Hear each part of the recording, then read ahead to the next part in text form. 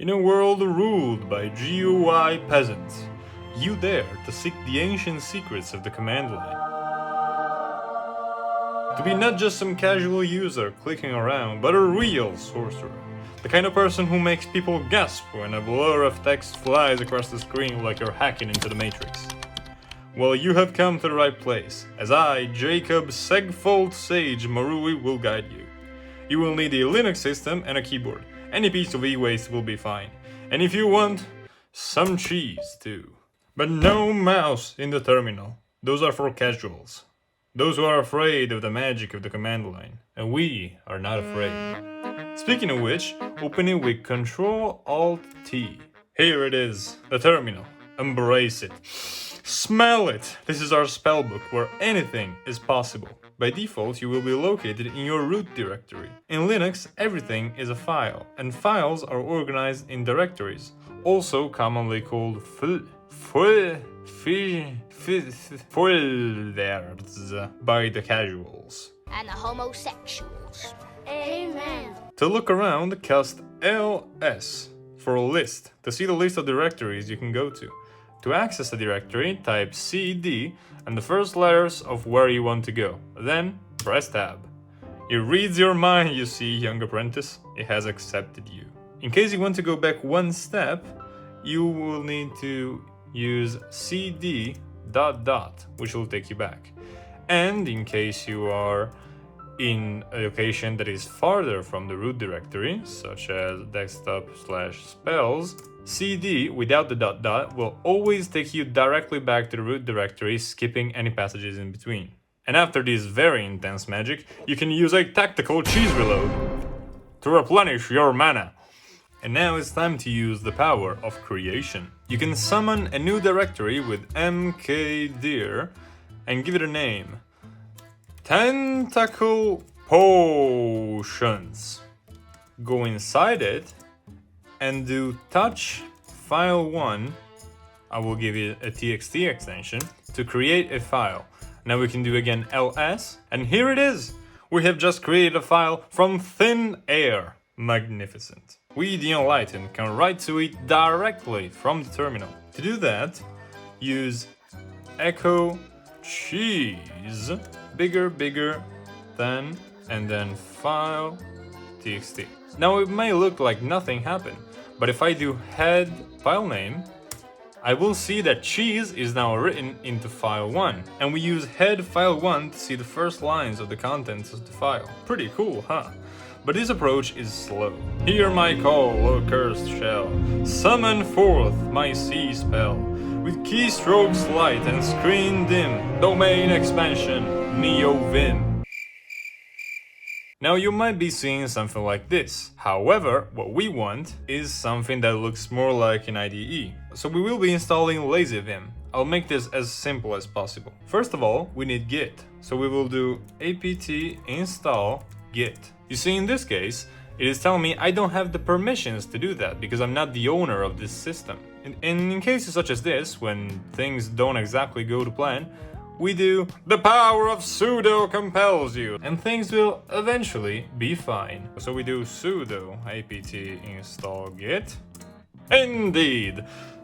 This is the stuff that really makes you feel like you're governing the arcane. Now, if you need to install Neovim, you will need to run this command, snap install nvim #version v0.10.4, as lazyvim requires vim version 9 or higher. In my case, I already have it installed.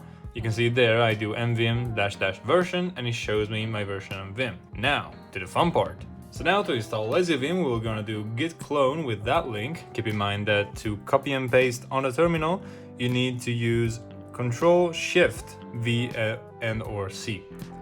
We'll run this command that is in the description if you want to use it yourself, which now installed lazyvim. And now, where was I? Oh yeah, domain expansion, Neovim. It is doing some stuff, which is normal. And my laptop fan is going crazy. Don't worry, it is not gonna catch fire, hopefully. So let's try to use Vim. Now I have here a file called code1, which we will edit together using nvim. So we'll do nvim code1, and it will open it. Here we are in nvim. Errors. Well, it happens, you know. Now get ready, because the commands are anything but intuitive. We are in normal mode, which allows us to move around through the code. You will use H for left, J for down, K for up, and L for, you guessed it, right.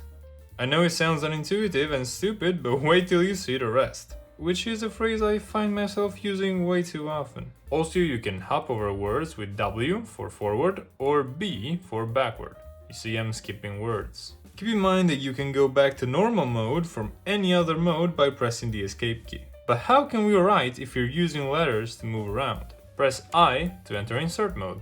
Notice that in the bottom left we can see insert. Look, normal insert, normal insert. Now in insert mode, here we are allowed to write anything we want, like G. And if I try to use the movement keys now, they will just print the letters. So for example, I can write a comment here. Eat the cheese. Nice. To select text, enter visual mode with V. In visual mode, we can press Y to yank a line and then use P to paste it. Notice that it has doubled. No Ctrl C or Ctrl V. And the last you should know about is command mode, which is activated by pressing the Shift key and column. Here you can type all sorts of stuff to operate on files, but I will give you the one important command. The key to the legendary way to exit Vim. The fable accounted by so many. Some say that people have been stuck in Vim for centuries now. Use column to enter command mode and Q for quit, press enter. Save changes, I will say yes, and you successfully got out of Vim. You are free, my apprentice. Now say I wanted to do something more sophisticated, like summon a creature. Terminal parrot. There it is! This is my personal pet, you are not allowed to install this. But I see a great darkness in your eyes. You seek more power. Be careful, as this can lead to the permanent, irreversible loss of any hair and bitches that you may have. But if it is the ultimate power that you seek, I will give you a taste of it. We will use pipes. Some commands have outputs that you may want to use, such as the head command I used before, as well as echo, that repeats anything you type. I will show you an example. Echo will say me back exactly that. We can use these outputs as inputs for other commands using the pipe operator, which is just a vertical line. And there is no bound to how many commands you can chain together. So be ready, because I'm about to do some serious magic. I will do touch numbers.txt so that a file is created. I will then do sequence 1 to 100 to be put into numbers.txt, which we will then shuffle and then pipe into head with flag number 20 so that the first 20 elements inside the file will be shown to us, which we will then again pipe into sort with flag n so that they are sorted numerically. Now, despite the fact that we have shuffled the numbers, they will appear in order, exactly 20 of them. And there we have them. This is nothing but a taste of the true power of a Linux sorcerer. I can feel my neckbeard getting thicker every time I do this. Do not be corrupted by the dark side, young apprentice. And remember, it's not about how many commands you know, but how many things you're able to understand. Nobody knows all the bash commands, and it would be useless to do so. Reference manuals exist for that. The important part is that you learn how the mythical machine works. That is the essence of being a Linux wizard. Know your penguin.